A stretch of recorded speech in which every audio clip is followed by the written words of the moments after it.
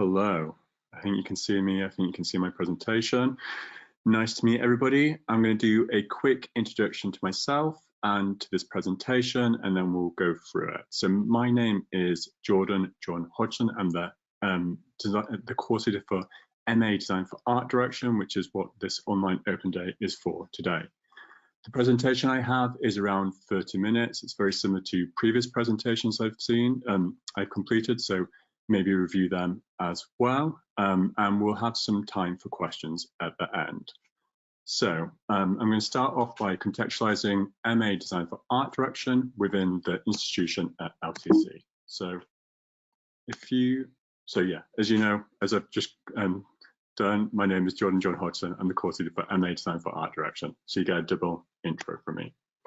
So in regards to the webinar, your audio is currently on mute to help with broadcast quality. Questions, if you have any questions, please write them in the question box on your control panel, and a Q&A session will follow the presentation.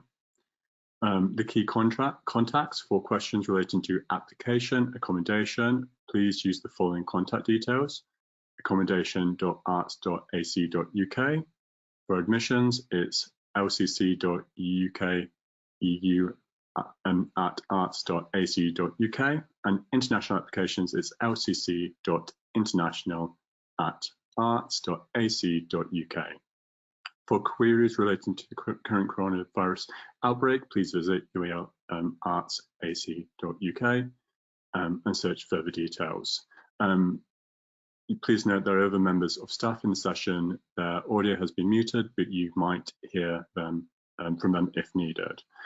All these details can also be found on the UL website and additional details. So if there are kind of queries that you have in regards to something that hasn't been listed here, I would review the UL website. It's very extensive and it has lots of support material there. So why London and why London College of Communication? So our college has a rich history and has been a protagonist of the development of the creative industries in the UK. We have industry-focused courses in the schools of design, media, and screen. MA Design for Art Direction sits in the design school. We are located in a vibrant, diverse, and fun part of London with excellent transport links and a proximity to central London and cultural institutions. So, 6 colleges, 1 university. LCC is part of University of the Arts London, a diverse body of 18,000 students from 130 countries. UAL is ranked as one of the world's top arts and design educations by QS World Rankings.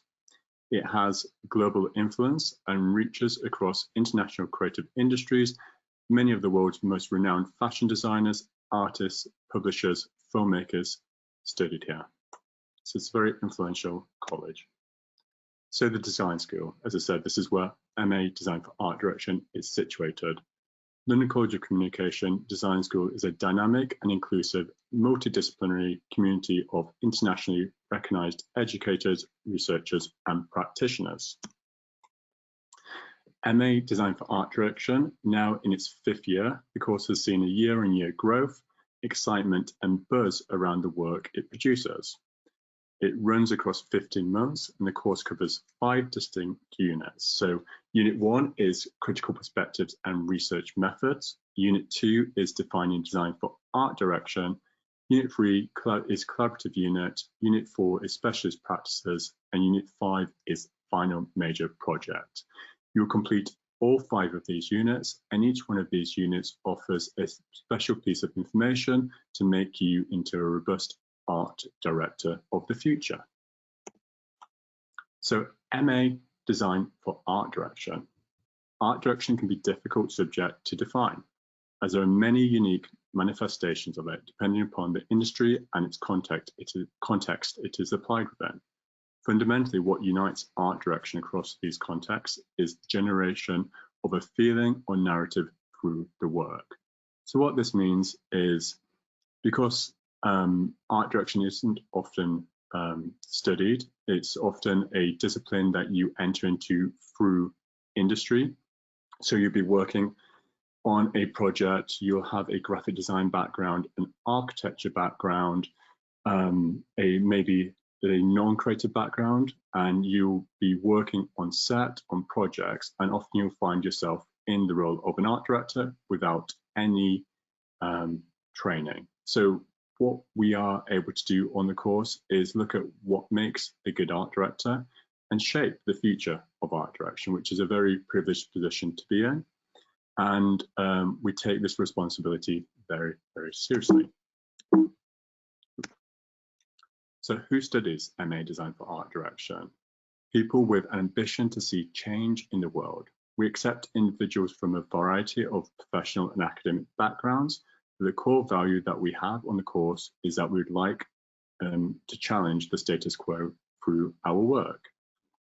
So as I was just saying, because we are such a collective bunch, and we collate applicants from around the world, from different cultural, lived experiences, and also academic and professional experiences, you can learn so much from each other. We have a cohort of around 50 to 60 students, and that allows for a really robust body of colleagues and peers to learn from. So graphic designers can learn from photographers, architects can learn from journalists, and it goes on. So we do a lot of collaboration because art direction by definition is a collaborative discipline. And we start off by collaborating with each other to learn skills and network and become friends with your peers.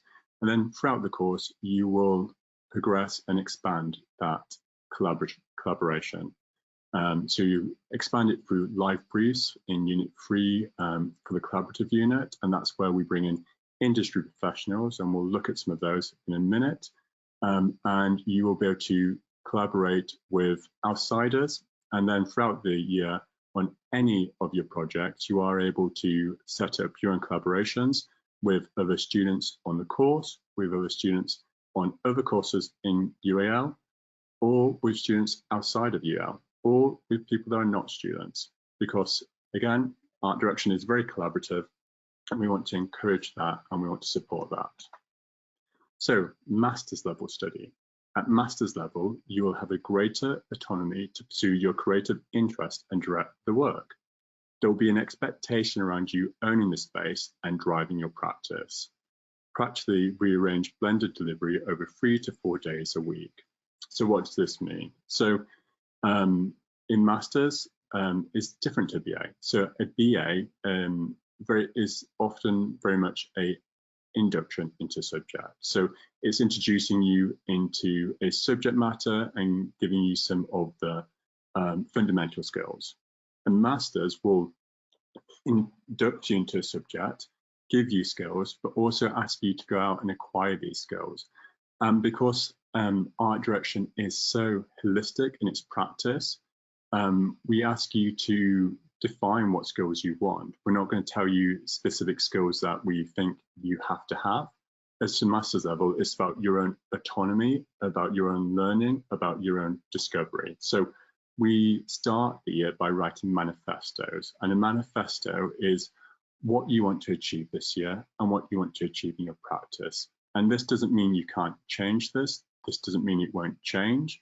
I think a good MA journey will mean that it will change, or upon reflection that you can modify it or you can reposition it.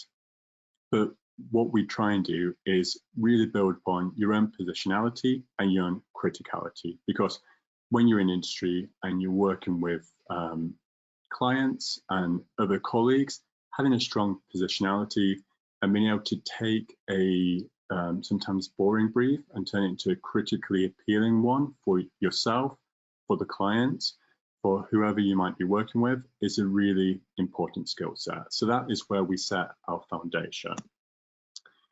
So I introduced the 5 units a little while ago, and you can see the 5 units plotted on the course diagram here. So I think you can see my mouse in the recording.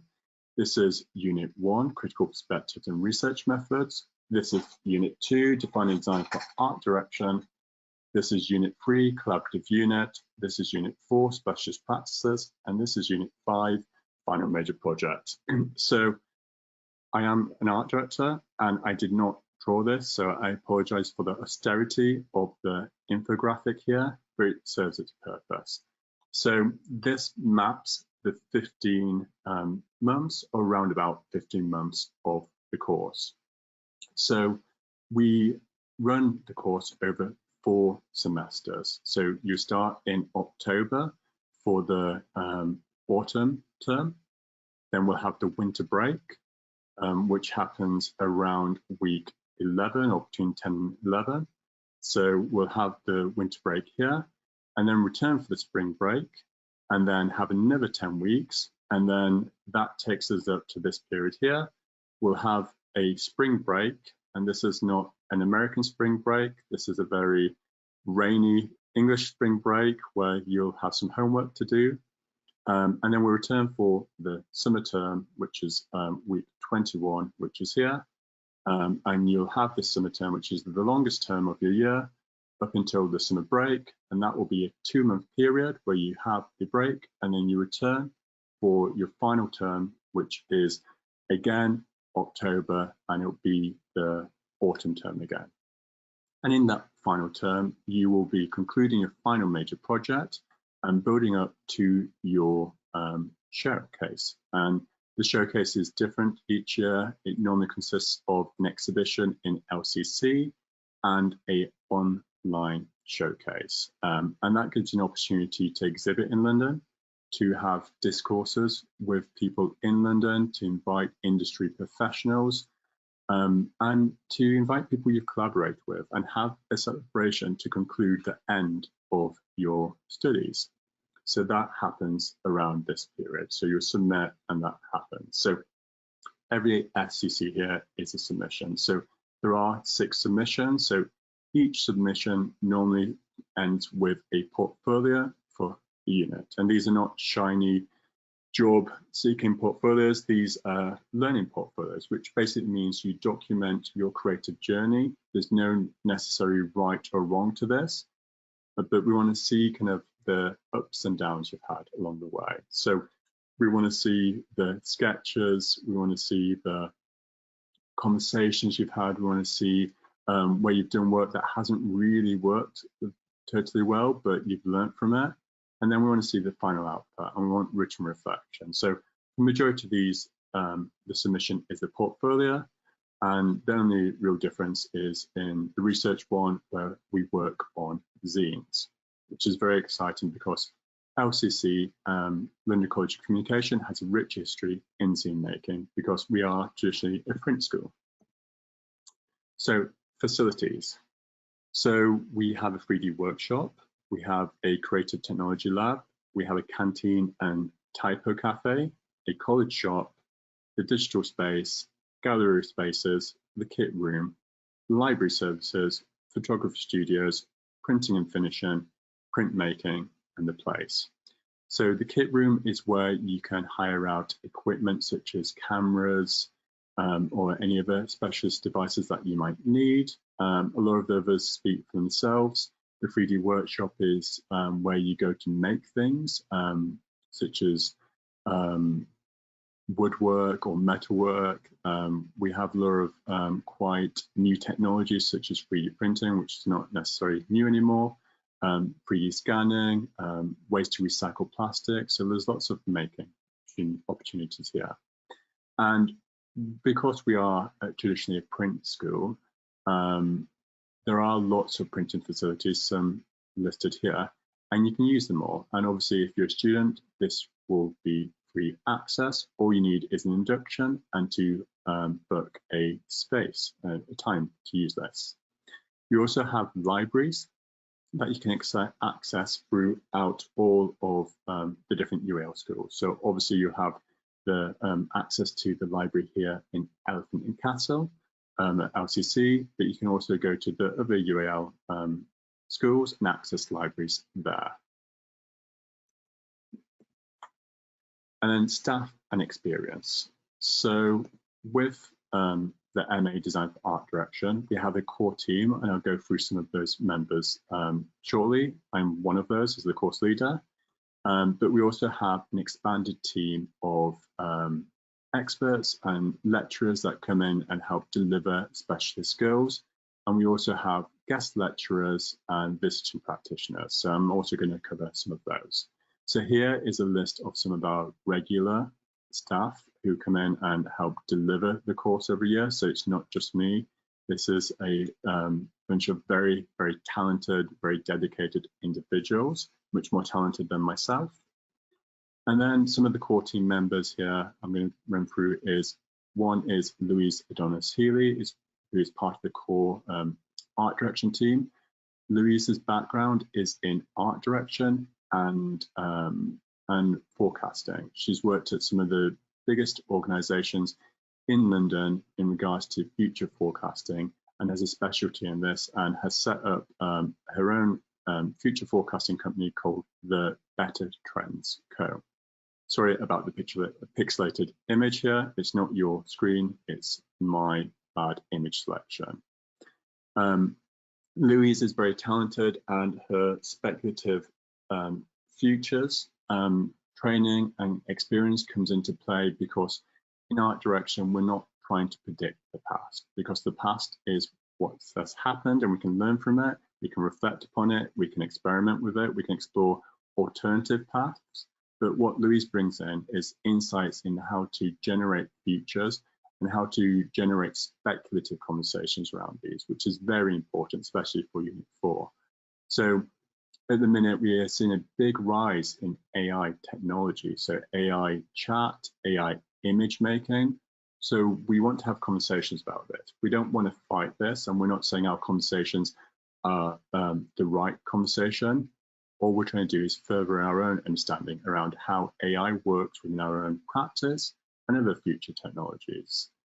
So we look at futures, and we say futures in the plural because there's not just one, there's many, and you as an art director, as a creative, as a practitioner can influence this. So we want to responsibly impact it, and this is where a lot of Louise's excellent expertise comes in. One of the other members of staff is Lucy Charlotte Sanderson, also part of the core team. So Lucy has a very diverse background. She studied architecture, interior architecture, and has practiced interior architecture through a human-centric approach.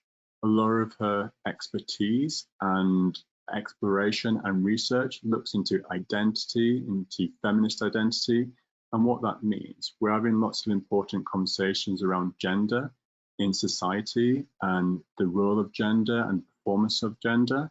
And Lucy creates a lot of products, a lot of pieces that helps perpetuate and understand this conversation. So one of the previous slides, this image on the left is an installation Lucy made, and I would encourage everybody to go explore this, and it was a fatberg. So I'm sure some of you will be familiar with this, but in a lot of modern cities, or even old cities such as London, we flush away a lot of things we shouldn't be putting down the sink, such as fats. And a lot of these fats kind of become these big masses and messes in our sewers, and we have to have somebody break them down. But what these artifacts in our sewers also do is collect a lot of paraphernalia around what else we flush down. And a lot of this does come down to gender and kind of gender bias. And there is a really interesting and a unique conversation that Lucy provoked by creating her own fatberg. But I'm not going to try and explain it any further because I'm going to do a very terrible job of it. But that is just to showcase that all our practitioners, including myself, have a practice outside of our tutoring and our lecturing, and that goes for the full list that we showcased here. And that's important because it allows us to bring in our own research, our own kind of exploration, and our own kind of contact with industry and the relevance of that, and how to translate that into your own practice, and how you can learn from the mistakes we have made and do better than us in the future. So besides the core team, we also have some guest lecturers come in. So these are not guest lecturers that come in every week. They come in when relevant to the briefs and the projects that we're working on. So one of our guest lecturers in the past has been Isabella French, who's a makeup artist, creative director of Burberry Beauty, creative director of Days Beauty, and amongst other things.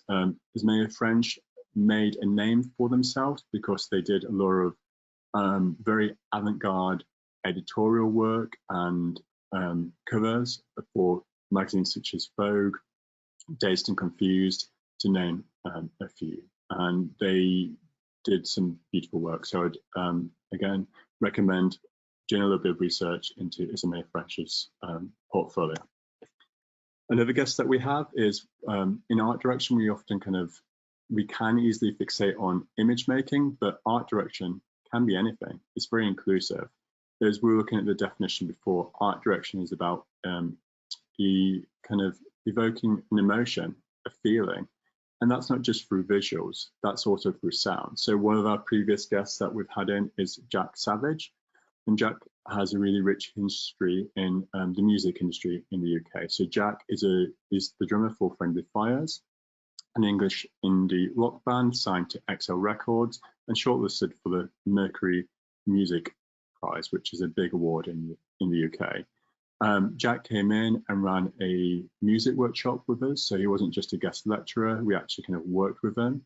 And we looked at kind of producing sound and how to do that through different techniques and his own process, which was a really interesting insight to get. I'd also say with Isabella French, we looked at AI and AI image making in the beauty industry, which was a really interesting conversation. And then some of the collaborations that we have. So as I explained with the different units, we have unit 1, 2, 3, 4, and 5. Unit 3 is our collaborative unit. So in any unit, you can collaborate. So just because this unit is called the collaborative unit, that doesn't mean that collaboration is limited to this unit, but it means in this unit, we organize live briefs for you. So a live brief is with a company or an artist or some individuals in London for you to engage with. So we write a brief with them and then you react to it. So Abea was one of the briefs that we worked with this year. And Abea is a French musical duo consisting of twin sisters, Lisa Cande Diaz and Naomi Diaz. The duo sings in English, French, Spanish, and Yoruba. So with these individuals, we are working with them, and we had a presentation with them yesterday.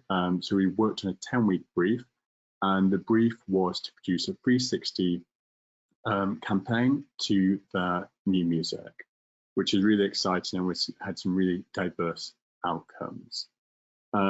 So these were really remarkable, really interesting duo. And again, as I keep saying, do a little bit of research and check them out if you're not too familiar with their work. Some of our other past collaborations have been with Block Gym. So Block is an award-winning fitness studio based in the UK, Manchester and London, blending fitness with art. The first studio was located in a refurbished Victorian tram depot.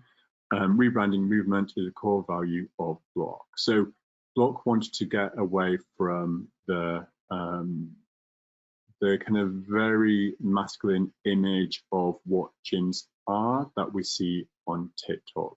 And often with a lot of the gym culture, it can be quite toxic. So we worked with Block on their kind of more artistic direction. As you've probably experienced, a lot of gyms have things like yoga studios and other kind of quite open spaces that can be quite artistic. So we ended up working with them and proposing art installations for some of their spaces, and some of our students in then ended up exhibiting in Block Gym in London, which was a really nice collaboration, a really nice thing to get on their CV. So this was a really nice and successful collaboration. Another collaboration that we have happening this year is with Kat McConey. So Kat McConey is a London-based footwear designer who started her own label in 2009. The luxury footwear incorporates structural heels atop unique embroidered and embellished designs that have become a signature. So a lot of her work is very postmodern, and we've had Kat come in and present their work and their influences and their kind of background. And this is another brief that we've been responding to this year. So Kat established that with a lot of their current demographic, it is of a specific age range, and they wanted to diversify that. They wanted to include the Gen Z and the Zoomers into this product. So how do we do that? And our students as art directors, many being young and kind of close to this generation, if not part of it, were able to kind of offer insights, and we did a 10-week collaboration on this in response. And again, this is something that we were presenting to the client yesterday. So Kat came into the school and we're presenting this work back to Kat. So this was a really fun brief, and is a really fun brief. Then another past collaboration we've had is with the Young Turks, which is a British independent record label. The label's current roster includes the XX, FKA Twigs, Sampha, Corliss, and Kamasi Washington. We worked with one of their upcoming artists, and again, we did a 360 campaign. We've actually done 2 projects with Young Turks over the years. And they were very similar to the IBEA project, where we're looking at how to work with musicians in a really holistic capacity, where it wasn't just doing an album cover, but looking at how to do exhibition design, metaverse design, products, and experiential design in general. So these were really fun briefs as well. So going back to some of the core principles about the course. So research. Research is the fundamental bedrock in which we believe any good project and practice is based. It provides nuanced insights to creative frees up and create amazing worlds for our art direction to sit in. Pardon me. Every unit will incorporate research, and we have a particular unit that explores research techniques. So I guess this is also me saying that we're not trying to create the industry prototype of an art director. And let me explain that. So if we're trying to create the perfect art director for industry, we would be chasing the industry and would be 10 years behind. So what we're trying to do is create an art director that is robust and future-proof, and that can affect change in the industry, because art direction and any other creative discipline is very competitive. So what we want to do is create a practitioner that has a really strong sense of positionality, criticality, and has a understanding of the responsibility that they have when they are communicating to an audience or a client. And that responsibility is often, and that positionality is often kind of driven and established through research, because research allows you to understand the subject better, and it allows you to inform the audience. It allows you to inform the client. And research is not a boring passive activity. Research is something that you design. Research is something that you participate in. It's something that you direct. So research is a really valuable tool to help you make really wild projects that you can justify to yourself and to the clients. And again, when you get really sometimes very commercial briefs, being able to implement your own research will allow this project to sometimes sit within the world of money and clients, but also sit within your own personal practice. So we see research as an essential tool and something that we start with and often conclude with. Research is not a topic or a subject that you start with, then you end and you do the making. You do research and you make, and the making is research. So sometimes we'll find that a student has completed a big research project, and the final outputs might not be a big photo shoot or anything like that, but the actual research has become the product because it's told the narrative, it's told the feeling, it's told the story. So there's a lot of space to get really playful here, and we look into it, research and celebrate it in great detail. So I'm going to run through a few of the students' works. I've updated these to represent the 21-22 cohort, which is the cohort that's just graduated this year. I have a few here. There's more on the UAL website showcase, so I'd also recommend you to investigate and explore there. That seems to be my takeaway. I'm giving everybody homework today. So this student is Abby Deirdroff. They had a project called Frivolous, and this was their final major project.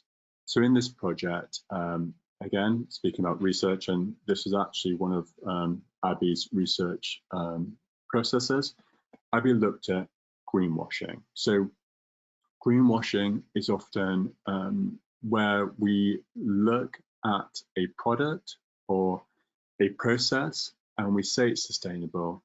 It's kind of sustainable, but it's kind of not. And it's become the industry norm, and it's become somewhat kind of stylish to say if something's green when it's not. And you often see it where you get these paper bottles that are green and sustainable, but then you rip the paper off and inside is a plastic bottle. It's not green, it's not sustainable. Same with a lot of coffee cups. They're paper, but because of the wax plastic inside, it's not sustainable, it's not recyclable. So Abby looked at the side effects of this in the fashion world and ended up doing some really beautiful and wonderful collaborations with fashion designers, textile makers, creators of all disciplines to manifest lots of different photo shoots. And what Abby noticed with a lot of the austerity, with a lot of the kind of greenwashing, there's often austerity. It becomes a very clinical kind of way of projecting, presenting a project, that it has to be clean and kind of boring somewhat. Not that clean projects are always boring, but in the green kind of world, a lot of times it is, where it just has to be kind of very kind of minimalist to represent how sustainable it is and to kind of perpetuate this false sustainable credentials. So what Abby did was question a lot of this and started looking at kind of decadence and frivolousness and bringing in that joyous nature to sustainability. So she was looking at actual sustainable products that were sustainable in the methods they would produce and the fibers that they incorporated in the production, in the kind of output, in every kind of process of it.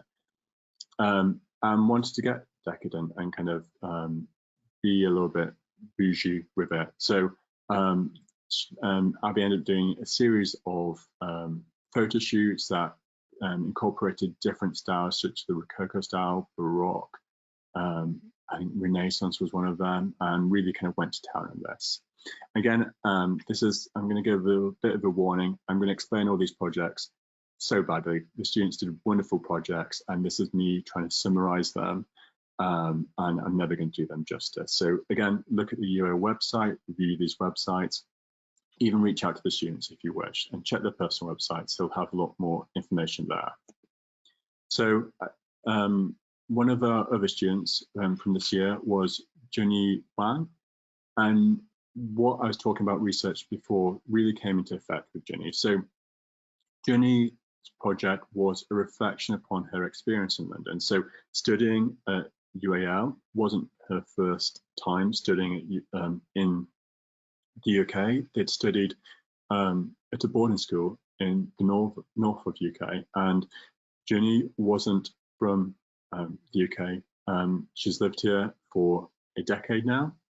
Junyi's from China, and she reflected upon her experience and the quite traumatic experience of studying in a new country at such a young age. So she went back to her boarding school, did interviews, did research, documented the northern seaside city, and made some beautiful films, did some beautiful collaborations, and made a really, really beautiful book that I think she's looking to gift back to the boarding school. And there were some really sweet moments. So again, a lot of these projects are representing a diverse range of art direction, because as we're saying at the start, art direction can be manifested in many different mediums. So we've looked at kind of fashion and curation, and now we're looking at publication and filmmaking. So we're going to cover quite a few different directions. The next student is Lily Mafford, and her project was Tubed. And this process that you see here was Lily making moving image and still images and projection mapping them on her face. So the project was about looking at fake news, at propaganda, at echo chambers, and how we're bombarded with it, how we're manipulated by it, and how it's difficult to process. So she was kind of speculating upon this and not trying to answer this, because a lot of these topics we can't have answers to, and if you did have answers to it, you'd be a billionaire and you'd be solving a lot of the kind of world issues. It's just to further the conversation. So Lily did a really nice series of somewhat performative exercises where she did projection mapping of a lot of provocative figures onto herself and distorted these kind of images to look at how information and data is distorted along the way. It's really, really, really beautiful. Then the next project is from Aya Al-Sadawi. And this project was a really interesting one and kind of sat within, I guess, product design more so. And in regards to this project, Aya looked at in how Saudi Arabia, is where the student's from, how dates and date trees are seen as trash. So dates will fall from the trees, and dates, the kind of edible objects that you can see kind of here. I think they've been dried out here. And the leaves will fall down, and these can cause a problem in Saudi Arabia, and are seen as just a nuisance and rubbish. So everything you see in this image here is Aya looking at how to recycle this. So they looked at how to take the material and turn the leaves into these canvases, how to take the dates, grind them up, process them, and create resins to create flavors, smells, textures. They linked it to biblical stories, and I learned something on this project where in the UK we often have the nativity play where Mary and Joseph have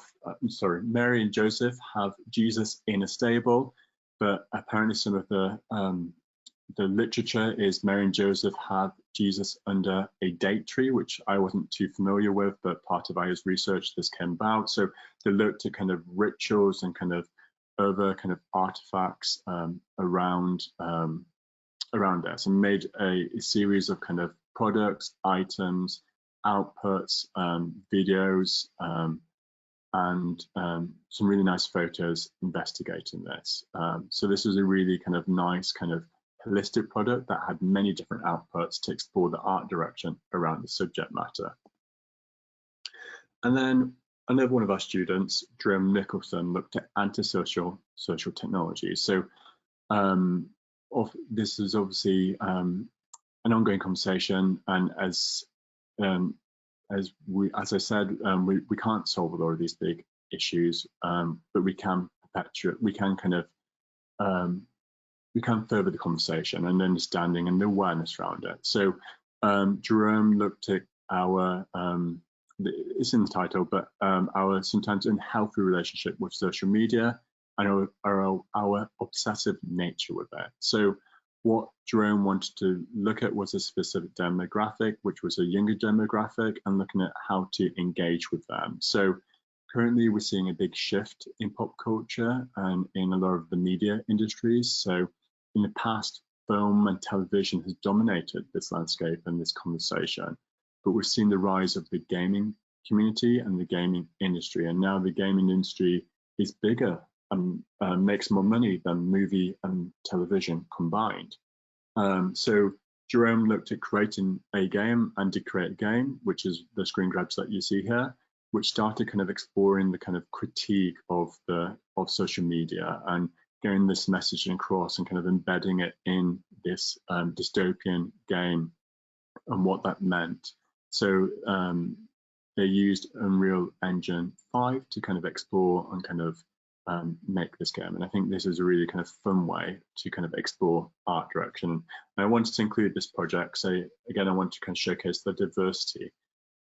We as tutors have expertise, and we can support and help you manifest the projects that you want to manifest, but it really is for you to lead on this, because it is an MA. By definition, it is your MA, and you have to kind of self-direct it within the infrastructure and support system that we provide, curate for you. And then that's that for the student stories. I have around 15 minutes left, so I'm going to try and conclude this. So we have some time for questions if there are any. If not, we can all have an early evening. So in regards to graduate stories, we're still collecting these stories. So we haven't hit as I said, we're in the 5th year of our MA. So we haven't hit the kind of benchmark where UAL collects kind of the data. So we have anecdotal insights here. So some of our students have embarked on PhDs, formed their own creative studios, worked for high-profile companies such as Hypebeast, and have received sponsorships. Graduates contribute to the course, and they continue to contribute. So in the list of contributors that I showed earlier, there was Ryan Blackwell there, and Ryan Blackwell was a former student. So what we want to do on the course is continuously give back. So a lot of our graduates come back to do workshops, to do seminars, to interact with us.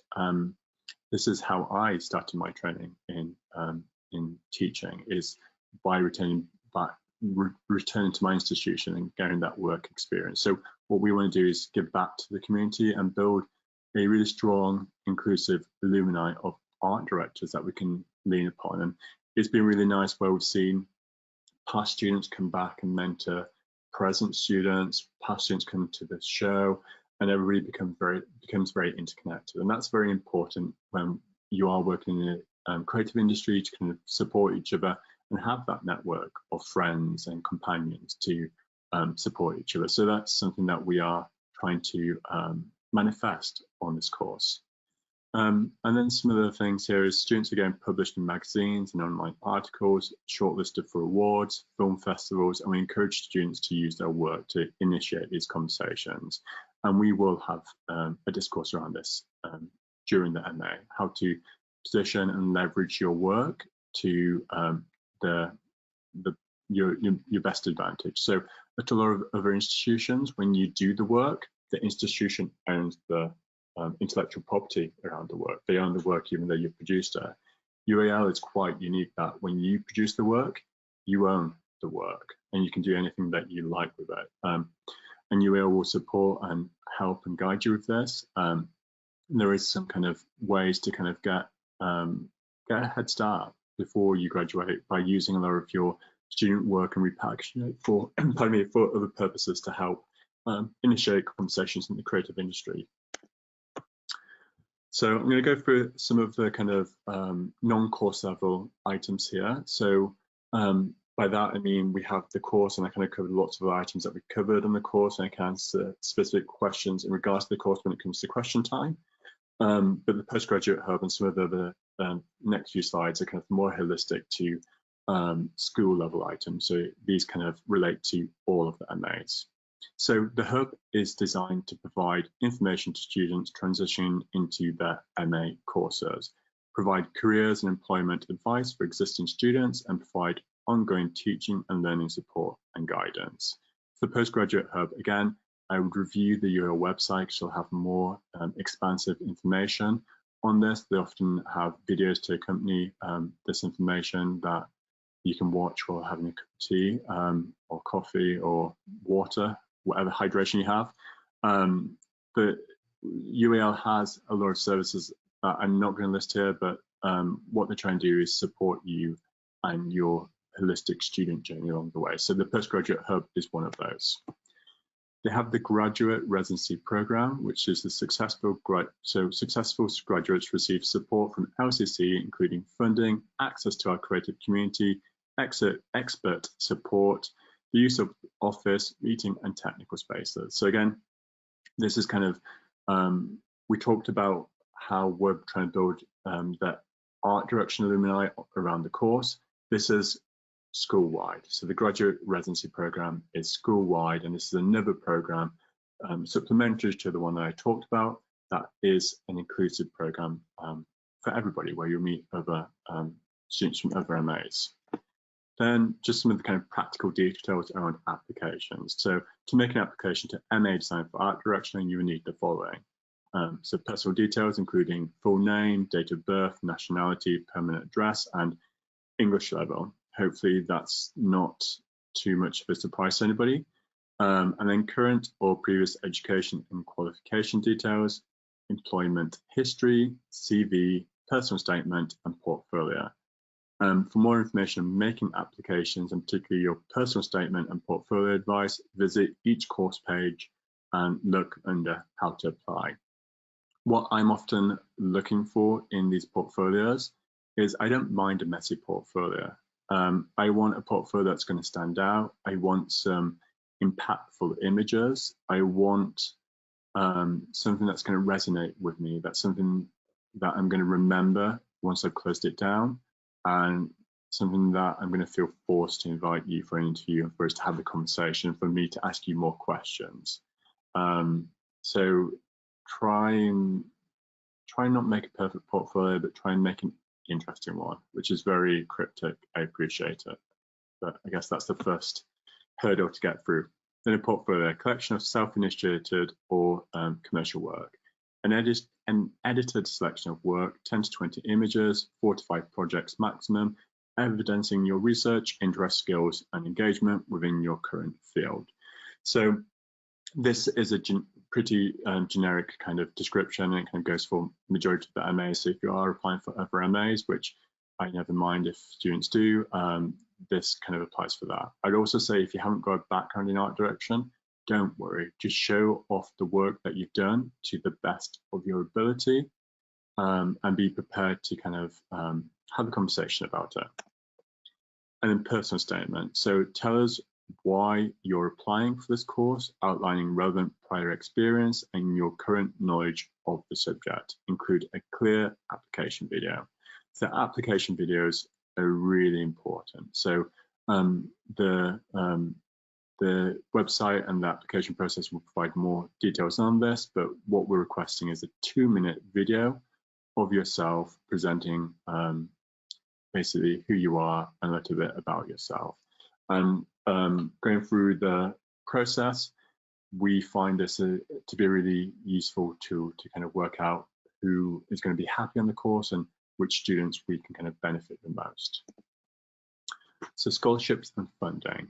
UAL offers a wide range of scholarships, bursaries, awards, and hardship funds provided through generous donations from individuals, companies, and philanthropic, I don't think I said that right, charities, as well as from university funds. Please review the UAL website, see below. So there's an eligibility criteria on the website and all the specific details. I'm not going to try and run through this or second guess it. Sometimes these things change. Again, the UAL website is the best resource for this because it has live information and it's the most accurate. So please review that. And then I think that's the end. Yeah, so we've got to the question time. So John is in the space and he is assistant today. Oh, hey John. So sorry, I went a little bit premature there and a little bit rogue. So these are just to cover this slide. These are a few kind of contact details for general inquiries. And again, these emails can be found on the UAL website, and you have the general inquiries and accommodation one, student support, and scholarship and fees. So these things are not necessarily the things that I excel at in regards to information on. There are dedicated departments to help with accommodation, student support, scholarship and fees. I can help with course level items. But yeah, I think that's the kind of end. How did I do for time, John? You did just fine. Yeah, we've got time for questions, and I'm happy to see lots of questions coming in. So yeah, we'll start going through those. Just a reminder, there is a little question tab for anyone who's attended the session, and if you would like your question answered, course specific would be good. Otherwise, do contact one of those email addresses, pop it in, and we'll see if we can get through them. Otherwise, Jordan, some of these might have a little bit of crossover. But it was jam-packed full of information and so many incredible student projects. So just bear with me, and if you find yourself repeating yourself, I am sorry. And the first question is, my work is more fashion oriented. During the course, can deliveries be directed mainly to the fashion world? Absolutely. So I am going to be repeating myself, but repetition is important and key for us all. We are creatures of habit and repetition. So yeah, absolutely. So you come with your own practice, your own interests, and if that is fashion, we'll support you. We'll support your art direction and your exploration in that. So you can self-lead what you want to kind of do in regards to that, and we'll support. And we have practitioners that have specialized in fashion and have experience in industry. So absolutely, and we regularly have students doing this kind of work. Lovely, thank you very much. What kind of specific skills are required from students upon application? So digital softwares, artistic mediums experience, and stuff like that. So there's no set specific skills required. What I would always encourage is to familiarize yourself with the Adobe package.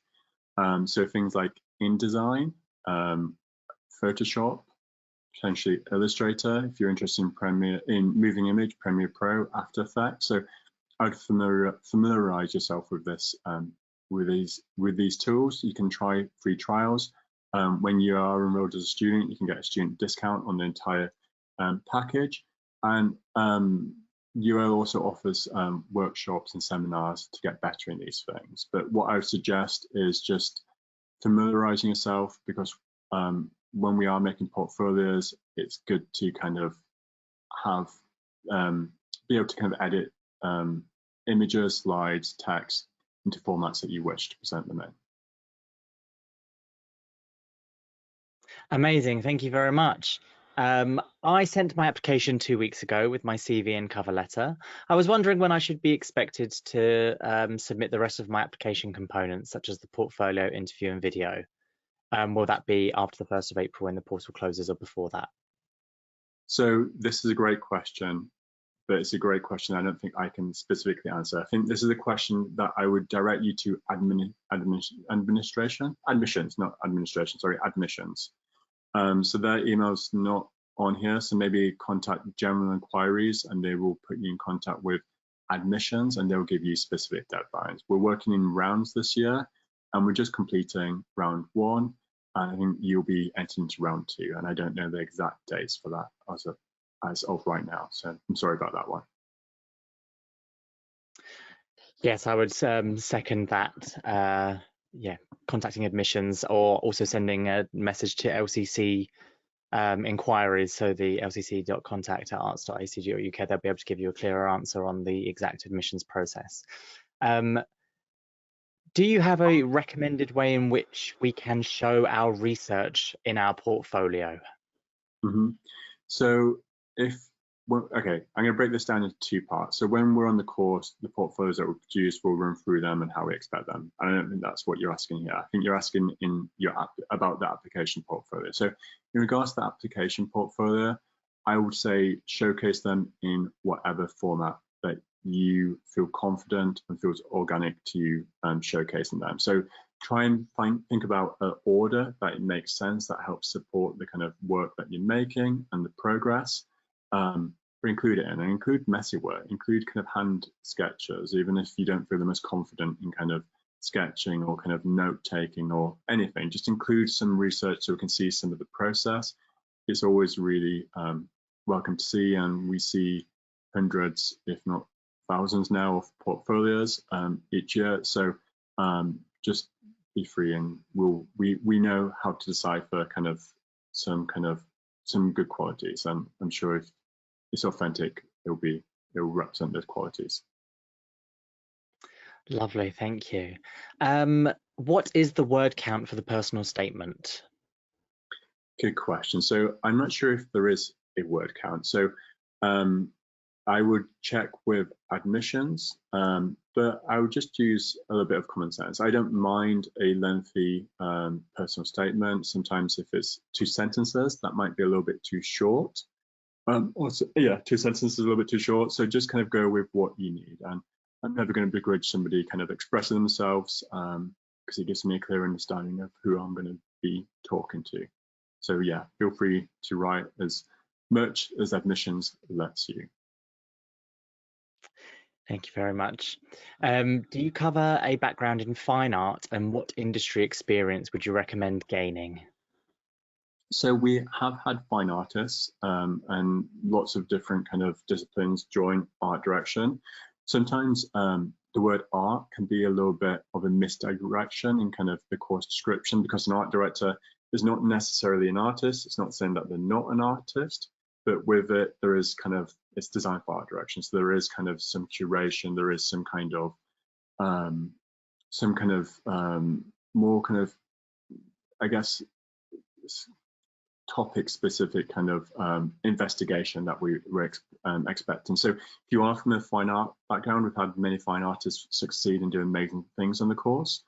I think what will be really helpful is just bringing your own practice, but being ready to kind of expand that practice and invest in some of the methods and methodologies that we kind of look into in Unit 1, which is the research method. So again, I think kind of just put, for the portfolio applications, just put your authentic self forward. Hopefully you'll get to have a conversation and we'll learn what your needs are. I hope that makes sense.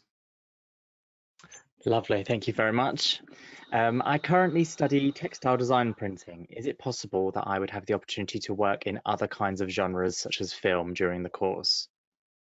Absolutely. So we're not gatekeepers about what you are able to study or kind of explore and what you're not. We see a lot of individuals on the course from a specific creative background wanting to transition and change that and explore different mediums. And sometimes it's a singular medium that they want to expand into, or it's multiple mediums. Sometimes people want to become an art director because they want to expand their practice and be interdisciplinary and kind of explore and be a little bit greedy, and we really encourage that. So absolutely, if you come from a specific creative background and you want to kind of expand that through something that's very different to that background, then you're very welcome to. It's your MA and we're here to support and facilitate.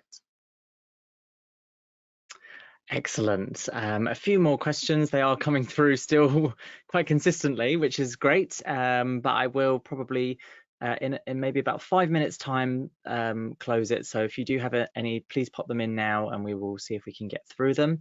The next question, very good question. When we create our CV, should we only include activity from the last 3 years?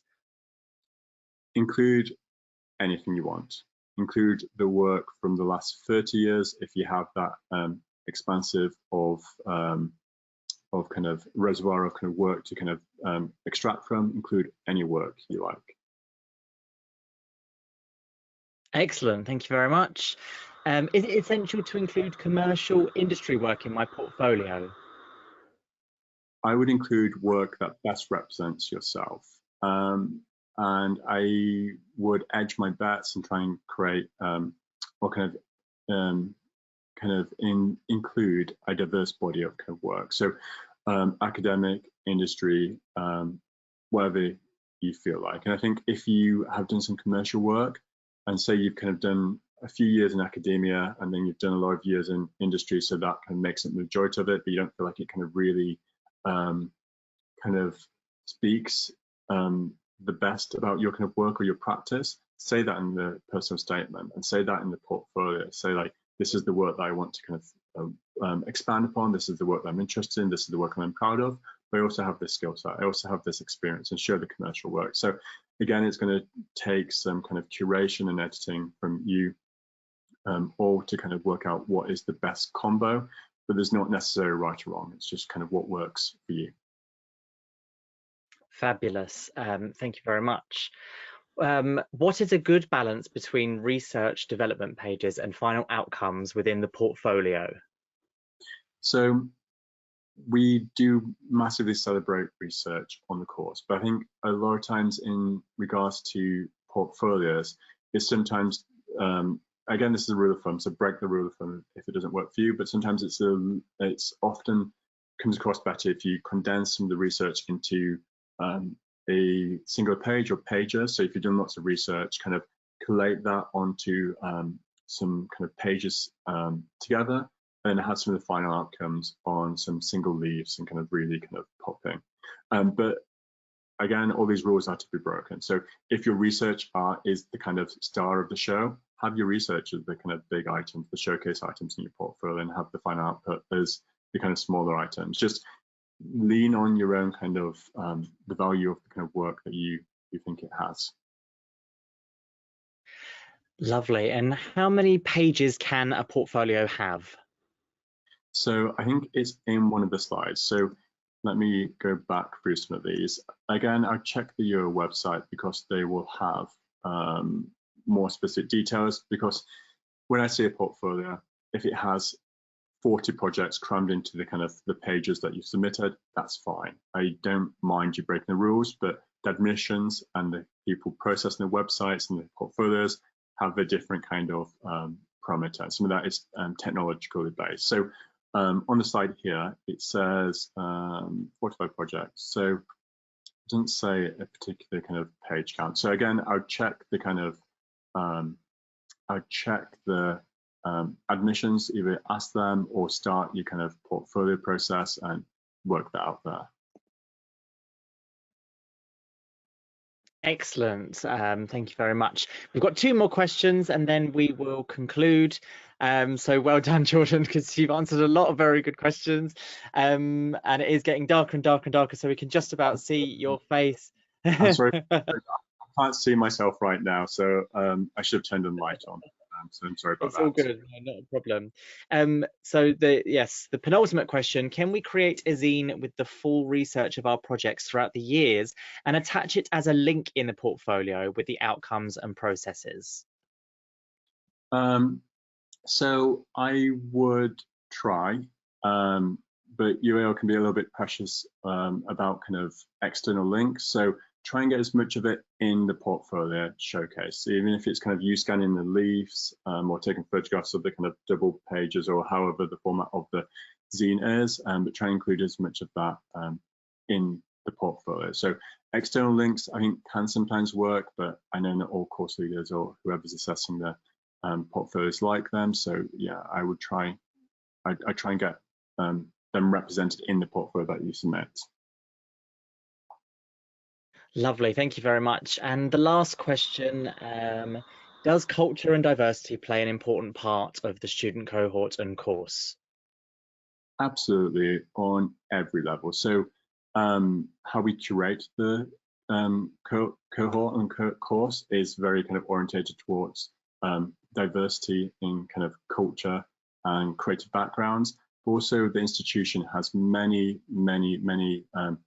dedications and pledges to kind of to do good by these by diversity and inclusivity and sustainability. It has a lot of frameworks around this that we all talk about, and every project we want to have that story, we want to have that conversation, and that doesn't mean that every project has to be sustainable or necessarily diverse, but every project that is kind of situated in this world will touch upon these things. So it's a conversation that we will have at every stage of your kind of academic development.